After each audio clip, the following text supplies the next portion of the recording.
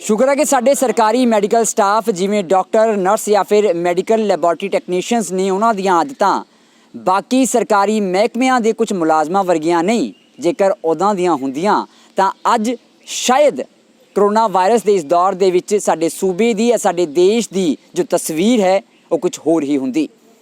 तो खबरसार चैनल देख रहे सारे ही दर्शकों का स्वागत है। मैं हाँ तुहाडे नाल ठाकुर अमनदीप सिंह। ਅੱਜ पंजाब के ਵੱਖ-ਵੱਖ ਜ਼ਿਲ੍ਹਿਆਂ ਤੋਂ मैडिकल लैबोरेटरी टैक्नीशियनस ਦੀਆਂ ਜਥੇਬੰਦੀਆਂ ਪਹੁੰਚੀਆਂ ਨੇ। सेहत मंत्री बलबीर सिद्धू ਨੂੰ ਮਿਲਣ ਦੇ ਲਈ ਗੱਲਬਾਤ ਕਰਾਂਗੇ ਤੇ ਪੁੱਛਾਂਗੇ ਕਿ ਅੱਜ ਕੀ ਖਾਸ ਮਕਸਦ ਸੀ, ਕੀ ਕੁਝ ਮੰਗਾਂ ਨੇ। ਸਭ ਤੋਂ ਪਹਿਲਾਂ ਸਰ ਸਵਾਗਤ ਹੈ ਤੁਹਾਡਾ ਦ ਖਬਰਸਾਰ ਤੇ। ਧੰਨਵਾਦ ਜੀ ਸਰ ਤੁਹਾਡਾ ਨਾਮ ਕੀ ਹੈ ਤੇ ਕਿਹੜੀਆਂ-ਕਿਹੜੀਆਂ ਜਥੇਬੰਦੀਆਂ 'ਚ ਪਹੁੰਚੀਆਂ ਨੇ ਤੇ ਕੀ ਕੁਝ ਮੰਗਾਂ ਸੀ? ਮੈਂ ਰਕੇਸ਼ ਵਿਲੀਅਮ ਸੂਬਾ ਪ੍ਰਧਾਨ ਮੈਡੀਕਲ ਲੈਬੋਰੇਟਰੀ ਟੈਕਨੀਸ਼ੀਅਨ ਔਰ ਸਾਡੇ ਨਾਲ ਚੰਡੀਗੜ੍ਹ ਦੇ ਜਨਰਲ ਸਕੱਤਰ ਰੌਕੀ ਡੀਨ ਜੀ ਮੈਡੀਕਲ ਲੈਬ ਟੈਕਨੀਸ਼ੀਅਨ ਦੇ ਐਸੋਸੀਏਸ਼ਨ ਦੇ ਜੀ। ਸਾਡੀਆਂ ਮੰਗਾਂ ਸਰ ਪਿਛਲੇ ਦਿਨਾਂ ਦੇ ਵਿੱਚ ਜਿਹੜੇ ਸਾਡੇ ਐਡੀਸ਼ਨਲ ਚੀਫ ਸੈਕਟਰੀ ਹੈਲਥ ਨੇ ਜੀ ਉਹਨਾਂ ਨੇ ਬਗੈਰ ਸੋਚੇ ਸਮਝੇ ਤੋਂ ਇੱਕ ਨਾਦਰਸ਼ਾਹੀ ਫਰਮਾਨ ਜਾਰੀ ਕੀਤਾ ਵਾ ਜਿਹਦੇ ਵਿੱਚ 27 ਮੈਡੀਕਲ ਲੈਬੋਰੇਟਰੀ ਟੈਕਨੀਸ਼ੀਅਨ ਜਿਹੜੇ ਆ ਉਹਨਾਂ ਨੇ ਡਿਸਮਿਸ ਕਰ ਦਿੱਤੇ। ਉਹਨਾਂ ਚੋਂ ਕਿਉਂ ਡਿਸਮਿਸ ਕਿਉਂ ਕੀਤੇ? ਡਿਸਮਿਸ ਕਰਨ ਦਾ ਕਾਰਨ ਇਹ ਆ ਕਿ ਜਿੱਥੇ ਆਈਸੋਲੇਟ ਸੈਂਟਰ ਬਣੇ ਆ, ਕਰੋਨਾ ਸੈਂਟਰ ਬਣੇ ਆ, ਮੈਡੀਕਲ ਲੈਬ ਟੈਕਨੀਸ਼ੀਅਨ ਜਿਹੜਾ ਵਾ ਉਹਦੇ ਕੋਈ ਸਾਰਾ ਕੰਮ ਲਿਆ ਜਾ ਰਿਹਾ ਔਰ ਇਸੇ ਚੱਕਰ ਦੇ ਵਿੱਚ ਸਿਵਲ ਹਸਪੀਟਲ ਦੇ ਵਿੱਚ ਉਹਨਾਂ ਨੇ ਲਾਗੋ 27 ਬੰਦੇ ਤੇ ਉਹਨਾਂ ਕਹੇ ਨੇ। ਵੈਸੇ ਜਿੰਨੀ ਕੁ ਉੱਥੇ ਜ਼ਰੂਰਤ ਸੀ ਉੱਥੋਂ ਦੇ ਐਸਐਮਓ ਨੇ ਉਹ ਬੰਦੇ ਉੱਥੇ ਡੈਪੂਟੇਸ਼ਨ ਤੇ ਲਾਏ ਸੀਗੇ। ਉਹ ਵੀ ਪੰਜਾਬ ਸਰਕਾਰ ਦੀਆਂ ਹਦਾਇਤਾਂ ਦੇ ਨਾਲ ਹੀ ਲਾਏ ਸੀਗੇ ਕਿ ਤੁਸੀਂ ਬੰਦੇ ਆਪਣੀ ਜ਼ਰੂਰਤ ਦੇ ਮੁਤਾਬਕ ਲਗਾ ਸਕਦੇ ਜੇ। ਪਰ ਇਹ ਨਹੀਂ ਸਮਝ ਆਈ ਕਿ ਇਹਨਾਂ ਨੇ ਕਿਉਂ ਬਗੈਰ ਸੋਚੇ ਸਮਝੇ ਬਗੈਰ ਨੋਟਿਸ ਤੋਂ ਧਾਰਾ 311 2B ਦੇ ਅਧੀਨ ਜਿਹੜੇ ਬੰਦੇ ਸੀਗੇ ਉਹਨਾਂ ਨੂੰ ਇਹਨਾਂ ਨੇ ਡਿਸਮਿਸ ਕਰਤਾ। ਔਰ ਅਸੀਂ ਮੰਤਰੀ ਸਾਹਿਬ ਉਹਨਾਂ ਦੇ ਨਾਲ ਗੱਲਬਾਤ ਕੀਤੀ ਆ ਔਰ ਉਹਨਾਂ ਨੇ ਲੈਟਰ ਜਾਰੀ ਕੀਤਾ ਵਾ ਕਿ ਆਰਡਰ ਜਿਹੜੇ ਆ ਰੋਕ ਲਾ ਦਿੱਤੀ ਗਈ ਆ ਕਿਉਂਕਿ ਇਹ ਨਾਦਰਸ਼ਾਹੀ ਫਰਮਾਨ ਜਿਹੜੇ ਆ ਪੰਜਾਬ ਸਰਕਾਰ ਵੱਲੋਂ ਜਾਰੀ ਨਹੀਂ ਹੋਇਆ, ਇਹ ਬਿਊਰੋਕ੍ਰੇਸੀ ਵੱਲੋਂ ਜਾਰੀ ਹੋਇਆ ਵਾ। ਉਹ ਗਰਾਊਂਡ ਲੈਵਲ ਤੇ ਉਹਨਾਂ ਨੂੰ ਪਤਾ ਨਹੀਂ ਵੀ ਕੰਮ ਅਸੀਂ ਕਿਸ ਤਰੀਕੇ ਨਾਲ ਚਲਾ ਰਹੇ ਆ, ਇਸ ਕਰਕੇ ਉਹਨਾਂ ਨੇ ਰੋਕ ਲਾ ਦਿੱਤੀ ਆ। ਸਾਨੂੰ ਇੱਕ ਕਾਪੀ ਦੇ ਦਿੱਤੀ ਆ। ਸਾਡੇ ਨਾਲ ਸਟੇਟ ਬਾਡੀ ਦੇ ਵੱਖ-ਵੱਖ ਅਹੁਦੇਦਾਰ ਲੀਡਰ ਸਾਹਿਬਾਨ ਸਾਡੇ ਸਮੂਹ ਪੰਜਾਬ ਦੇ ਜਿਹੜੇ ਪ੍ਰਧਾਨ ਸਾਹਿਬਾਨ ਨੇ ਜ਼ਿਲ੍ਹਿਆਂ ਦੇ ਉਹ ਸਾਰੇ ਨਾਲ ਆਏ ਆ। ਚੰਡੀਗੜ੍ਹ ਦੇ ਪ੍ਰਧਾਨ ਸਾਹਿਬ ਵੀ ਆਏ ਸੀ ਔਰ ਬੜੇ ਪਿਆਰ ਦੇ ਨਾਲ ਮੰਤਰੀ ਸਾਹਿਬ ਹੁਣਾਂ ਨੇ ਇਹ ਜਿਹੜੀ ਗੱਲਬਾਤ ਸੁਣੀ ਆ ਔਰ ਆਰਡਰ ਤੇ ਰੋਕ ਲਾ ਕੇ ਅੰਮ੍ਰਿਤਸਰ ਸਿਵਲ ਸਰਜਨ ਸਾਹਿਬ ਨੂੰ ਆਰਡਰ ਕਰ ਦਿੱਤੇ ਆ ਕਿ ਇਹ ਲੈਬ ਟੈਕਨੀਸ਼ੀਅਨ ਜਿਹੜੇ ਆ ਇਹਨਾਂ ਨੂੰ ਰਿਲੀਵ ਨਾ ਕੀਤਾ ਜਾਵੇ, ਚਾਹੇ ਉਹ ਡੈਪੂਟੇਸ਼ਨ ਤੇ ਆ ਤੇ ਚਾਹੇ ਉਹ ਰੈਗੂਲਰ ਪੋਸਟ ਤੇ ਆ। ਉਹ ਐਜ ਇਟ ਇਜ਼ ਉੱਥੇ ਕੰਮ ਕਰਨਗੇ ਜਿਸ ਤਰ੍ਹਾਂ ਉਹ ਫਸਟ ਲਾਈਨ 'ਚ ਖਲੋ ਕੇ ਕਰੋਨਾ ਪੇਸ਼ੈਂਟ ਦੇ ਸੈਂਪਲਸ ਲੈ ਰਹੇ ਨੇ। ਔਰ ਮੈਂ ਇੱਕ ਇਹ ਵੀ ਇੱਥੇ ਗੱਲ ਕਹਿਣਾ ਚਾਹੁੰਦਾ ਕਿ ਚਾਹੇ ਅਸੀਂ ਨੇਜ਼ਲ ਸੈਂਪਲ ਲੈਂਦੇ ਆ ਜਾਂ ਅਸੀਂ ਬਲੱਡ ਸੈਂਪਲ ਲੈਂਦੇ ਆ, ਮੈਡੀਕਲ ਲੈਬੋਰੇਟਰੀ ਟੈਕਨੀਸ਼ੀਅਨ ਦੇ ਲਈ ਹਰੇਕ ਮਰੀਜ਼ ਜਿਹੜਾ ਬਿਮਾਰੀ ਨਾਲ ਪੀੜਤ ਆ ਉਹ ਕਰੋਨਾ ਪੀੜਤ ਹੀ ਹੁੰਦਾ ਵਾ ਕਿਉਂਕਿ ਮੈਡੀਕਲ ਲੈਬ ਟੈਕਨੀਸ਼ੀਅਨ ਨੇ ਬੜੇ ਲਾਗੋਂ ਦੀ ਉਹਦੇ ਹਰ ਤਰੀਕੇ ਦੇ ਸੈਂਪਲ ਲੈਣੇ ਹੁੰਦੇ ਆ। ਮਤਲਬ ਜੇ ਮੰਨਿਆ ਜਾਵੇ ਤਾਂ ਜਿਵੇਂ ਦੋਸਤੋਂ ਬੀਤੇ ਦਿਨੀ ਕੈਬਨਿਟ ਮੀਟਿੰਗ ਦੇ ਵਿੱਚ ਜੋ ਵਜ਼ੀਰਾਂ ਦੇ ਨਾਲ ਬਿਊਰੋਕ੍ਰੇਸੀ ਦੀ ਜੋ ਝੜਪ ਦਿਖੀ ਜਾਂ ਨਾਰਾਜ਼ਗੀ ਦਿਖੀ, ਬਿਊਰੋਕ੍ਰੇਸੀ ਦੇ ਉਸ ਵਿਵਹਾਰ ਤੋਂ ਸਰਕਾਰੀ ਮੁਲਾਜ਼ਮ ਖਾਸ ਕਰਕੇ ਜੋ ਮੈਡੀਕਲ ਲੈਬੋਰੇਟਰੀ ਟੈਕਨੀਸ਼ੀਅਨਸ ਨੇ ਉਹ ਵੀ ਵਾਂਝੇ ਨਹੀਂ ਰਹੇ। ਅੱਛਾ ਸਰ, ਤੇ ਹੁਣ ਭਰੋਸਾ ਦਿੱਤਾ ਗਿਆ ਤੁਹਾਨੂੰ? ਵੇਖੋ ਜੀ, ਅਸੀਂ ਧੰਨਵਾਦ ਕਰਨੇ ਆ ਮੰਤਰੀ ਸਾਹਿਬ ਦਾ। ਉਹਨਾਂ ਸਾਨੂੰ ਇੱਕ ਚਿੱਠੀ ਵੀ ਦਿੱਤੀ ਆ ਜਿਹਦੇ ਵਿੱਚ ਉਹਨਾਂ ਨੇ ਆਰਡਰ ਪਾਸ ਕੀਤੇ ਆ ਕਿ ਇਹ ਜਿਹੜੇ ਬਿਊਰੋਕ੍ਰੇਸੀ ਦੇ ਆਰਡਰ ਆ ਇਹਨਾਂ ਤੇ ਰੋਕ ਲਾ ਦਿੱਤੀ ਗਈ ਆ। ਸਿਵਲ ਸਰਜਨ ਅੰਮ੍ਰਿਤਸਰ ਨੂੰ ਸਪੈਸ਼ਲ ਤੌਰ ਤੇ ਅਚੇਰੇ ਤੌਰ ਤੇ ਫੋਨ ਕੀਤਾ ਵਾ ਵੀ ਜਿਹੜੇ ਮੈਡੀਕਲ ਲੈਬੋਰੇਟਰੀ ਟੈਕਨੀਸ਼ੀਅਨ ਆ ਇਹਨਾਂ ਚੋਂ ਕੋਈ ਵੀ ਸਾਥੀ ਜਿਹੜਾ ਵਾ ਉਹਨੂੰ ਰਿਲੀਵ ਨਾ ਕੀਤਾ ਜਾਵੇ ਕਿਉਂਕਿ ਜੋ ਦੌਰ ਚੱਲ ਰਿਹਾ ਕੋਰੋਨਾ ਵਾਇਰਸ ਦਾ ਅਸੀਂ ਸਾਰੇ ਜਾਣਦੇ ਹਾਂ ਕਿ ਮੈਡੀਕਲ ਸਟਾਫ ਕੋਈ ਵੀ ਹੋਵੇ, ਚਾਹੇ ਡਾਕਟਰ ਨਰਸਿਸ ਜਾਂ ਲੈਬੋਰੇਟਰੀ ਟੈਕਨੀਸ਼ੀਅਨਸ ਹੋਣ, ਉਹਨਾਂ ਦੀਆਂ ਕੀ ਕੁਝ ਸੇਵਾਵਾਂ ਹੁਣ ਅਸੀਂ ਲੈ ਰਹੇ ਹਾਂ। ਕਿ ਘੱਟ ਹਥਿਆਰਾਂ ਦੇ ਨਾਲ ਜੰਗ ਲੜਨਾ ਵੀ ਆਪਣੇ ਆਪ ਦੇ ਵਿੱਚ ਇੱਕ ਬਹੁਤ ਵੱਡੀ ਬਹਾਦਰੀ ਦੀ ਗੱਲ ਹੈਗੀ ਹੈ। ਸਰ, ਕੋਰੋਨਾ ਵਾਇਰਸ ਦੇ ਇਸ ਦੌਰ ਦੇ ਵਿੱਚ ਕਿੰਨਾ ਕੁ ਮੁਕੰਮਲ ਮੈਂ ਕਹਾਂ, ਵੈਸੇ ਚਲੋ ਸਾਨੂੰ ਸਵਾਲ ਨਹੀਂ ਚੁੱਕਣੇ ਚਾਹੀਦੇ ਹੁਣ, ਲੇਕਿਨ ਹਾਲਾਤ ਤਸਵੀਰ ਸਾਰਿਆਂ ਦੇ ਸਾਹਮਣੇ ਹੈਗੀ ਹੈ ਤੇ ਤੁਹਾਡੇ ਕੋਲ ਜੋ ਇਨਫਰਾਸਟ੍ਰਕਚਰ ਹੈਗਾ ਕੀ ਸਫੀਸ਼ੀਐਂਟ ਹੈਗਾ? ਸ਼ੁਰੂ ਦੇ ਵਿੱਚ ਸਾਨੂੰ ਦਿੱਕਤ ਆਉਂਦੀ ਰਹੀ ਹੈ, PPE ਕਿਟਸ ਤੇ ਗਲਵਜ਼ ਵਗੈਰਾ ਜਾਂ ਹੋਰ ਜਿਹੜਾ ਲੋੜੀਂਦਾ ਸਮਾਨ ਸੀ ਘੱਟ ਸੀ, ਪਰ ਇਸ ਵੇਲੇ ਹੁਣ ਜਿਹੜਾ ਵੀ ਲੋੜੀਂਦਾ ਸਮਾਨ ਹੈ ਮੈਡੀਕਲ ਸਟਾਫ ਨੂੰ ਪੂਰਾ ਮਿਲ ਰਿਹਾ। ਇਸ ਵਿੱਚ ਸਾਡੇ ਜਿਹੜੇ ਮੈਡੀਕਲ ਲੈਬ ਟੈਕਨੀਸ਼ੀਅਨ ਨੇ ਬਿਲਕੁਲ ਫਰੰਟ ਲਾਈਨ ਤੇ ਜਾ ਕੇ ਕੰਮ ਕਰ ਰਹੇ ਨੇ, ਚਾਹੇ ਉਹ ਸੈਂਪਲ ਲੈਣ ਦੀ ਜਾਂ ਨੇਜ਼ਲ ਸਵੈਬ ਜਾਂ ਫਰੈਂਜੀਅਲ ਸਵੈਬ ਗਲੇ ਚੋਂ ਲੈਂਦੇ ਹੈਗੇ ਆ, ਉਹ ਇੱਕ ਡਾਕਟਰ ਤੇ ਇੱਕ ਨਾਲ ਲੈਬ ਟੈਕਨੀਸ਼ੀਅਨ ਦੀ ਡਿਊਟੀ ਲਾਈ ਜਾਂਦੀ ਆ ਤੇ ਉਹ ਦੋਨੋਂ ਐਜ਼ ਏ ਟੀਮ ਦੋਨੋਂ ਇਹ ਕਰਕੇ ਆ ਇਹਨੂੰ ਪੈਕ ਕਰਕੇ ਸੈਂਪਲ ਨੂੰ ਇੱਕ ਵਾਇਰੋਲੋਜੀ ਮੀਡੀਅਮ ਹੁੰਦਾ VTM ਉਹਦੇ 'ਚ ਪੈਕ ਕਰਕੇ ਇਹਨੂੰ ਅੱਗੇ ਵਾਇਰੋਲੋਜੀ ਲੈਬ ਦੇ ਵਿੱਚ ਟ੍ਰਾਂਸਫਰ ਕਰਨਾ ਹੁੰਦਾ ਹੈ। ਔਰ ਜਿਹੜੇ ਉੱਥੇ ਬੰਦੇ ਕੰਮ ਕਰਨ ਵਾਲੇ ਹੁੰਦੇ ਉਹ ਵੀ ਸਾਡੇ ਲੈਬ ਟੈਕਨੀਸ਼ੀਅਨ ਹੀ ਹੁੰਦੇ ਆ। ਉਹ ਕਿਉਂਕਿ ਉਹ ਵਾਇਰੋਲੋਜੀ ਲੈਬ ਦੇ ਵਿੱਚ ਜਿਹੜਾ ਇਹਦਾ RT-PCR ਕਰਦੇ ਉਹ ਸਾਡੇ ਲੈਬ ਟੈਕਨੀਸ਼ੀਅਨ ਕਰਦੇ ਆ।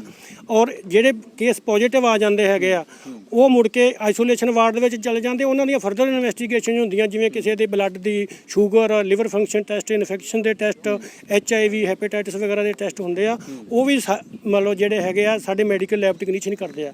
ਇਹ ਹੈਗਾ ਵੀ ਸ਼ੁਰੂ ਤੋਂ ਲੈ ਕੇ ਲਾਸਟ ਤੱਕ ਮਰੀਜ਼ ਦੇ ਡਿਸਚਾਰਜ ਹੋਣ ਤੱਕ ਤੇ ਸਾਡੀ ਕੈਟਾਗਰੀ ਨਾਲ ਇਹਨਾਂ ਦਾ ਬਹੁਤ ਕਲੋਜ਼ਲੀ ਵਾਹ ਪੈਂਦਾ ਤੇ ਸਾਨੂੰ ਟਰੀਟ ਕਰਨਾ ਪੈਂਦਾ ਕਿ ਹਰ ਇੱਕ ਪੇਸ਼ੈਂਟ ਜਿਹੜਾ ਸਾਡੇ ਕੋਲ ਆਉਂਦਾ ਉਹ ਕਰੋਨਾ ਪੋਜ਼ਿਟਿਵ ਹੀ ਆ ਜਾਂ ਉਹ ਕਿਸੇ ਹੋਰ ਬਿਮਾਰੀ ਤੋਂ ਪੀੜਿਤ ਆ।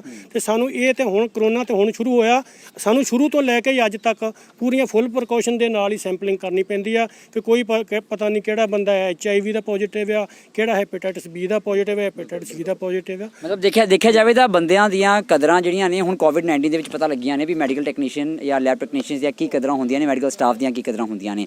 ਤੇ ਸਰ ਤੁਹਾਨੂੰ ਲੱਗਦਾ ਹੈ ਕਿ ਬਹਾਦਰੀ ਮਤਲਬ ਕਿ ਇੰਨੀ ਘੱਟ ਮਤਲਬ ਕਿ ਹਥਿਆਰਾਂ ਦੇ ਨਾਲ ਜੋ ਜੰਗ ਲੜੀ ਜਾ ਰਹੀ ਹੈ ਮੈਡੀਕਲ ਸਟਾਫ ਵੱਲੋਂ, ਉਹ ਵਾਕਈ ਕਾਬਿਲ ਤਾਰੀਫ ਹੈ ਜਾਂ ਸਰਕਾਰ ਨੂੰ ਵੀ ਦੇਖਣਾ ਚਾਹੀਦਾ ਇਸ ਪਾਸੇ? ਮੈਂ ਬਲਦੇਵ ਸਿੰਘ ਰਮਾਣਾ, ਡਿਸਟ੍ਰਿਕਟ ਪ੍ਰੈਜ਼ੀਡੈਂਟ ਬਠਿੰਡਾ, ਆਪ ਜੀ ਨੂੰ ਦੱਸਣਾ ਚਾਹੁੰਦਾ ਕਿ ਅੱਜ ਅਸੀਂ ਜੋ ਕਰੋਨਾ 'ਤੇ ਥੋੜ੍ਹਾ ਬਹੁਤ ਜੋ ਵੀ ਕੰਟਰੋਲ ਕਰ ਪਾ ਰਹੇ ਹਾਂ, ਇਹ ਸਭ ਤੋਂ ਵੱਡੀ ਗੱਲ ਹੈ ਕਿ ਲੈਬ ਟੈਕਨੀਸ਼ੀਅਨ ਜੋ ਆਪਣੀ ਬਹੁਤ ਸ਼ਿੱਦਤ ਨਾਲ ਕੰਮ ਕਰਕੇ ਲੈਬੋਰਟਰੀਆਂ ਦੇ ਵਿੱਚ ਪੂਰੀਆਂ ਪ੍ਰੀਕਾਸ਼ਨਰੀ ਮੇਜਰ 'ਚ ਲੈ ਕੇ, ਕਿਉਂਕਿ ਆਪ ਜੀ ਨੂੰ ਦੱਸਣਾ ਚਾਹੁੰਦਾ ਕਿਉਂਕਿ ਉਹਦੇ ਵਿੱਚ ਉਹ ਆਪਣੇ ਆਪ ਨੂੰ ਪਹਿਲਾਂ ਸੇਫ ਕਰਦਾ ਹੈ, ਫਿਰ ਮਰੀਜ਼ ਨੂੰ ਸੇਫ ਕਰਨਾ ਉਹਦਾ ਇੱਕ ਟੀਚਾ ਹੁੰਦਾ ਹੈ। ਸਾਥੀਓ, ਆਪ ਨੂੰ ਦੱਸਣਾ ਚਾਹੁੰਦਾ ਕਿਉਂਕਿ ਤੁਹਾਨੂੰ ਪਤਾ ਹੈ ਵੀ ਪਹਿਲਾਂ ਵੀ HIV ਜਾਂ ਹੋਰ ਕਈ ਇਨਫਲੂਐਂਜ਼ਾ ਬਿਮਾਰੀਆਂ ਆਈਆਂ ਸੀ, ਉਹਨਾਂ ਨਾਲ ਵੀ ਸਾਨੂੰ ਕਈ ਤਰ੍ਹਾਂ ਦੀਆਂ ਮਤਲਬ ਜੂਝਣਾ ਪਿਆ।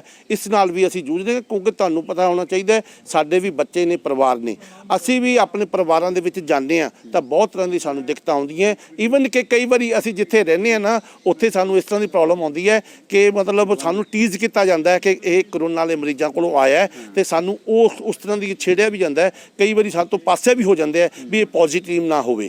ਬਟ ਤੁਹਾਨੂੰ ਦੱਸਾਂ ਜਿੰਨੇ ਵੀ ਸਾਡੇ ਲੈਬੋਰਟਰੀ ਟੈਕਨੀਸ਼ੀਅਨ ਨੇ ਇਹਨਾਂ ਨੇ ਸਾਰਿਆਂ ਨੇ ਆਪਣੇ ਆਪਣੇ ਟੈਸਟ ਕਰਵਾਏ ਹੋਏ ਨੇ ਸਮੇਂ ਸਿਰ।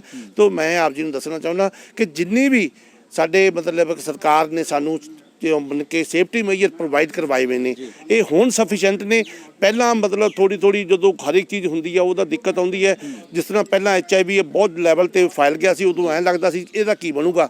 ਉਸੇ ਤਰੀਕੇ ਦੇ ਨਾਲ HIV ਨੇ ਚੱਲੀ ਜਾਣਾ ਤੇ ਕਰੋਨਾ ਵੀ ਉਸ ਤਰੀਕੇ ਨਾਲ ਚੱਲੀ ਜਾਊਗਾ। ਲੋਕਾਂ ਨੇ ਆਪਣੀ ਸੇਫਟੀ ਮੇਜਰ ਆਪਣੇ ਆਪ ਨੂੰ ਸੇਫ ਕਰਨਾ ਪੈਣਾ ਹੈ। ਜਿਸ ਤਰ੍ਹਾਂ ਕਿ ਜਿਉਂ ਸਰਕਾਰ ਦੀਆਂ ਹਦਾਇਤਾਂ ਨੇ COVID-19 ਜਿਵੇਂ ਮਤਲਬ ਕਿ ਸੋਸ਼ਲ ਡਿਸਟੈਂਸਿੰਗ ਔਰ ਸੈਨੀਟਾਈਜੇਸ਼ਨ ਔਰ ਹੋਰ ਤਰ੍ਹਾਂ ਦੀਆਂ ਜਿਹੜੀਆਂ ਪ੍ਰੀਕਾਸ਼ਨ ਸਰਕਾਰ ਕਹੂਗੀ ਉਹ ਵਰਤ ਕੇ ਤਾਂ ਆਪਣੇ ਆਪ ਨੂੰ ਸੇਵ ਕੀਤਾ ਜਾ ਸਕਦਾ ਹੈ। ਬਿਲਕੁਲ। ਸਾਡੇ ਨਾਲ ਰੌਕੀ ਡੈਨੀਅਲ ਜੀ ਵੀ ਨੇ, ਸੈਕਟਰ 16 ਹਸਪੀਟਲ ਤੋਂ ਨੇ, ਜਨਰਲ ਸੈਕਟਰੀ ਨੇ।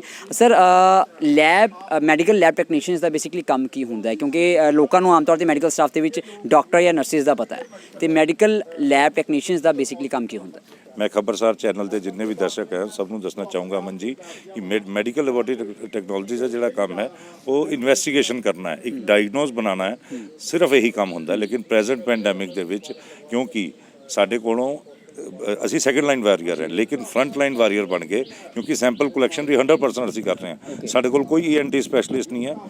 ਮੈਂ ਖੁਦ ਜਾਣਾ, ਫਰੰਟ ਤੋਂ ਲੀਡ ਕਰਦਾ ਆਪਣੇ ਚੰਡੀਗੜ੍ਹ 'ਚ। ਉੱਥੇ ਜਾ ਕੇ ਸਾਡੀ ਟੀਮ ਜਾਂਦੀ ਹੈ, ਅੰਦਰ ਸੈਂਪਲ ਲੈਂਦੀ ਹੈ, ਇੱਕ ਗਲੇ 'ਚੋਂ ਇੱਕ ਨੱਕ 'ਚੋਂ, ਉਸ ਨੂੰ ਪੈਕ ਕਰਕੇ ਸਾਡੇ ਜਿਹੜੇ ਦੂਸਰੇ ਸਾਥੀ ਬੈਠੇ ਹੈ ਚੰਡੀਗੜ੍ਹ 'ਚ ਮੈਡੀਕਲ ਕਾਲਜ 32 'ਚ ਤੇ PGI 'ਚ ਉਹਦੀ ਟੈਸਟਿੰਗ ਕਰਦੇ ਹਾਂ। ਅਤੇ ਇੱਕ ਤਰੀਕੇ ਦੇ ਨਾਲ ਕਿਉਂਕਿ ਜਦੋਂ ਵੀ ਕਦੀ ਅਗਰ ਪੈਂਡੈਮਿਕ ਦੀ ਗੱਲ ਆਉਂਦੀ ਤਾਂ ਦੋ ਹੀ ਨਾਮ ਲਏ ਜਾਂਦੇ ਨੇ, ਡਾਕਟਰ ਤੇ ਨਰਸਿਸ। ਅਤੇ ਜਿਹੜੀ ਅੱਜ ਅਸੀਂ ਪੰਜਾਬ ਦੀ ਬੰਦੀ ਨਾਲ ਮਿਲ ਕੇ, ਮੈਂ ਪੈਰਾਮੈਡੀਕਲ ਯੂਨੀਅਨ ਦਾ ਜਨਰਲ ਸੈਕਟਰੀ ਹਾਂ, ਸਾਡੀ ਇੱਕ ਮੇਨ ਡਿਮਾਂਡ ਇਹੀ ਰਹੀ ਹੈ ਕਿ ਸਾਡਾ ਡੈਜੀਨੇਸ਼ਨ ਚੇਂਜ, ਕੋਵਿਡ ਦੇ ਦੌਰਾਨ ਹੀ ਨਰਸਿਸ ਦਾ ਡੈਜੀਨੇਸ਼ਨ ਚੇਂਜ ਕਰ ਦਿੱਤਾ ਗਿਆ, ਫਾਰਮੇਸਿਸ ਦੀ ਤਿਆਰੀ ਕਰ ਲਈ ਗਈ, ਅੱਜ ਕੱਲ੍ਹ 'ਚ ਉਹ ਵੀ ਆ ਜਾਊਗਾ। ਸਾਡਾ ਕਿਉਂ ਨਹੀਂ? ਸਾਡੀ 2 ਸਾਲ ਪੁਰਾਣੀ ਡਿਮਾਂਡ ਹੈ ਕਿ ਸਾਨੂੰ ਮੈਡੀਕਲ ਲੈਬੋਰਟਰੀ ਟੈਕਨੀਸ਼ੀਅਨ ਨੂੰ ਮੈਡੀਕਲ ਟੈਕਨੋਲੋਜਿਸਟ ਕਿਹਾ ਜਾਏ ਕਿਉਂਕਿ ਅੱਜ ਲੈਬੋਰਟਰੀ ਟੈਕਨੀਸ਼ੀਅਨ ਇਕੱਲਾ ਉਹ ਨਹੀਂ ਹੈ, ਡਿਪਲੋਮਾ ਹੋਲਡਰ ਨਹੀਂ ਹੈ, ਉਹ ਗ੍ਰੈਜੂਏਟ ਹੈ, ਪੋਸਟ ਗ੍ਰੈਜੂਏਟ ਹੈ, ਡਾਕਟਰੇਟ ਡਿਗਰੀਜ਼ ਹੈ ਉਹਨਾਂ ਕੋਲ। ਅਤੇ ਫਿਰ ਕਿਉਂ ਨਾ ਮਿਲੇ ਉਹਨਾਂ ਨੂੰ? ਕਿਉਂ ਇੱਕ ਟੈਕਨੀਸ਼ੀਅਨ ਵਰਡ ਨਾ ਯੂਜ਼ ਕੀਤਾ ਜਾਏ? Technical officer, senior technical officer, chief technical officer, ਇਹ ਸਾਡੀ ਮੇਨ ਡਿਮਾਂਡ ਸੀ ਅੱਜ ਦੀ। ਔਰ ਦੂਜਾ ਅਸੀਂ ਧੰਨਵਾਦ ਕਰਨਾ ਇਸ ਉਹਨਾਂ ਦਾ, ਆਪਣੇ ਸਾਥੀਆਂ ਦਾ, ਅੰਮ੍ਰਿਤਸਰ ਵਾਲਿਆਂ ਦਾ। ਅਤੇ ਪਰ ਸਾਡੀ ਮੇਨ ਡਿਮਾਂਡ ਡੈਜੀਨੇਸ਼ਨ ਚੇਂਜ ਦੀ ਸੀਗੀ ਅਤੇ ਦੂਸਰੀ ਸਕੇਲ ਦੇ ਬਾਰੇ ਸੀਗੀ ਕਿਉਂਕਿ ਉਹ ਫਾਈਨੈਂਸ਼ੀਅਲ ਮੈਟਰ ਹੈ, ਉਹ ਕਿਸ ਤਰ੍ਹਾਂ ਡੀਲ ਹੋਏਗਾ ਪੈਂਡੈਮਿਕ 'ਚ ਉਹ ਮੰਤਰੀ ਸਾਹਿਬ ਦੇਖਣਗੇ। ਅਤੇ ਮੈਂ ਤੁਹਾਡੇ ਚੈਨਲ ਰਾਹੀਂ ਜੂ ਕਹਿਣਾ ਚਾਹੂੰਗਾ ਸਭ ਨੂੰ ਕਿ ਸਾਨੂੰ ਫਰੰਟ ਲਾਈਨ ਤੇ ਸੈਕੰਡ ਲਾਈਨ ਵਾਰੀਅਰ ਨੂੰ ਇਹ ਡੈਜ਼ਿਗਨੇਸ਼ਨ ਦਿੱਤਾ ਜਾਏ।